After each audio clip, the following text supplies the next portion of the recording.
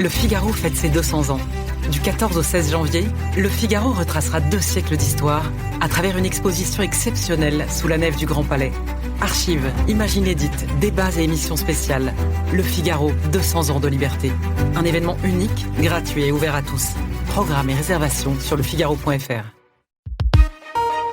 L'éditorial du Figaro. Mercosur, crise agricole, la rupture du pacte de confiance par Yves Tréhard. Il n'y a pas d'un côté la dermatose bovine et de l'autre l'opposition au Mercosur, une révolte née d'une crise sanitaire et une colère aux origines commerciales. Toutes deux ont les mêmes racines et finissent sur les mêmes barrages routiers. Toutes deux signent la rupture du pacte de confiance qui, d'année en année, s'effiloche entre le monde paysan et nos responsables politiques. Toutes deux sont l'expression d'agriculteurs qui ont peur de disparaître sous le poids des exigences vétérinaires, des contraintes réglementaires, des distorsions de concurrence, des dictats écologistes, des excès de la mondialisation. Le bilan est effrayant, implacable, chiffré. La France comptait 4 millions d'exploitations en 1960. Elle n'en abrite plus que 400 000. Pour la première fois depuis 50 ans, notre balance commerciale agricole est aujourd'hui déficitaire.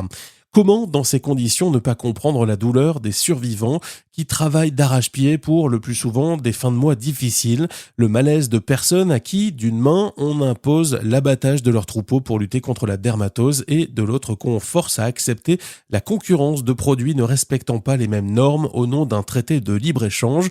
Où est la cohérence, la logique, la pertinence ? C'est toute l'histoire de l'Union européenne et de la France en son sein qui est ici en cause. Lorsqu'elles sont intransigeantes avec les leurs et conciliantes avec les autres, dure à l'intérieur et douce à l'extérieur.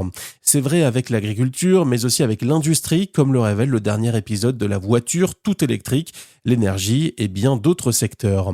À l'heure des prédateurs de la mondialisation, il serait urgent de corriger notre logiciel.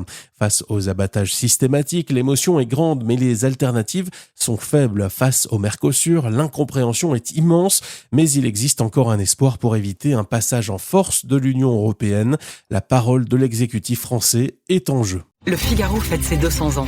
Du 14 au 16 janvier, Le Figaro retracera 2 siècles d'histoire à travers une exposition exceptionnelle sous la nef du Grand Palais. Archives, images inédites, débats et émissions spéciales. Le Figaro, 200 ans de liberté. Un événement unique, gratuit et ouvert à tous. Programmes et réservations sur lefigaro.fr.